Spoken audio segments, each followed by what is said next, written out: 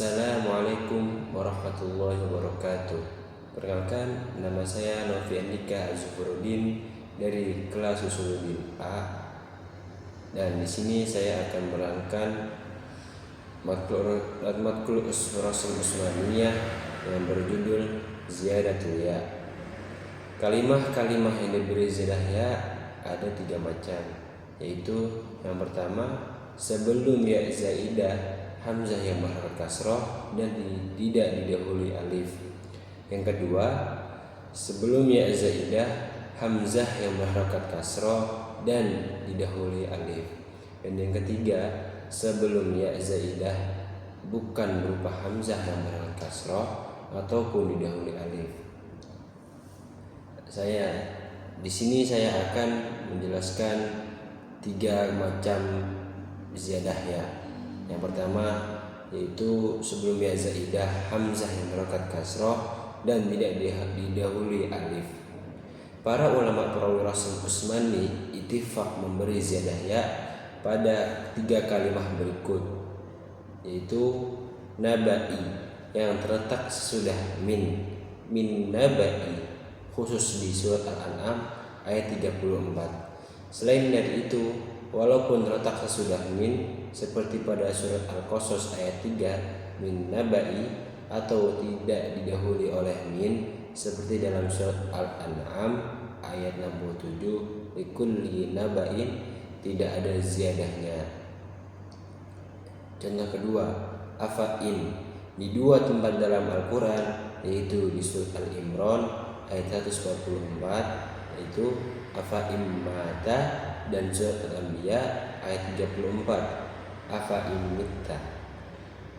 Contoh ketiga dari ziyadah hamzah dengan kasrah tidak didahului alif, malai yang berikrab jer dan mudhaf kepada dhamir dimanapun berada dalam Al-Quran. Misalnya wa malaihi surat Yunus ayat 75 atau wa malaihim surat Yunus ayat 83. Apabila berikrab nasab semisal malaahi zinata pada surat Yunus ayat 88, atau tidak mudhaf kepada dhamir seperti ilal mala'il a'la pada surat Saffat ayat 8, maka tidak ada ziyadah ya. Demikian Rasul wa malaihi dan wa malaihim pada ziyadah ya, sedang wa malaihi dan ilal malaihi tidak ada ziyadah ya. Penjelasan yang kedua dari 3 macam ziyadah ya, yaitu sebelum ya zaidah hamzah yang berharokat kasroh dan didahului alif. Para ulama perawi Rasul Usmani ittifaq memberi ziyadah ya pada 5 kalimah. Di sini saya akan menjelaskan 3 kalimah saja, yaitu tilqai yang terletak sesudah min tilqai. Apabila tidak terletak pada sesudah min beri rab nasab, misalnya tilqa ashabi annar, maka tidak ada ziyadah ya. Contoh kedua, itai yang terletak sebelum dzil qurba, wa itai dzil qurba. Apabila terletak sesudahnya, misalnya wa itai zakah mansub atau majrur, maka tidak ada ziyadah ya. Contoh ketiga, warai yang terletak sesudah min dan hanya terdapat di surat Asy-Syura ayat 51, au min wara'i hijabi.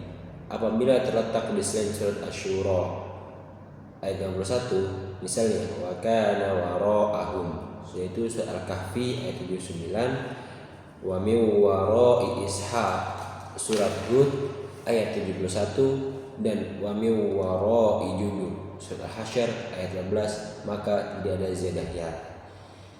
Contoh yang ketiga dari 3 macam ziyadatul ya, yaitu sebelum ya zaidah hamzah yang berharokat kasroh ataupun didahului alif. Ziyadah ya setelah ittifaq pada pembahasan ini terdapat di 2 kalimah. Yang pertama bi ayyikum, khusus yang terdapat di surat Al-Qalam ayat 6, yaitu bi ayyikumul maftun. Selain itu seperti ayyukum yang terdapat di surat Al-Mulk ayat 2, yaitu ayyukum ahsanu amala tanpa ziyadah ya. Catatan Rasem fabi ayyi pada ayat fabi ayyi hadithin surat Al-A'raf ayat 185 dan Al-Mursalat ayat 50 menurut Abu Daud mempunyai dua wajah, yaitu ada ziyadah ya fabi ayyi dan tidak ada ziyadah ya fabi ayyi. Dari dua informasi ini Abu Daud memilih yang tidak ada ziyadah ya, yaitu fabi ayyi. Dan contoh yang terakhir bi aidin di surat Az-Zariyat ayat 51. Dan contoh yang terakhir bi aidin di surat Az-Zariyat ayat 67, yaitu as-samaa banainaha bi aidin. Ya pertama asli dan ya kedua yang zaidah. Sedangkan lafaz al-aidi pada al-aidi surat Shad 17 atau al-aidi pada ulal aidi surat Shad ayat 45 atau bi aidi pada bi aidi safarah surat Abasa ayat 15 atau aidi pada bima kasabta aidin nas surat Ar-Rum ayat 21 itu tidak tertulis atau tertulis tidak ada ziyadah ya. Cukup sekian penjelasan saya tentang ziyadatul ya. Kurang lebihnya mohon maaf. Wassalamualaikum warahmatullahi wabarakatuh.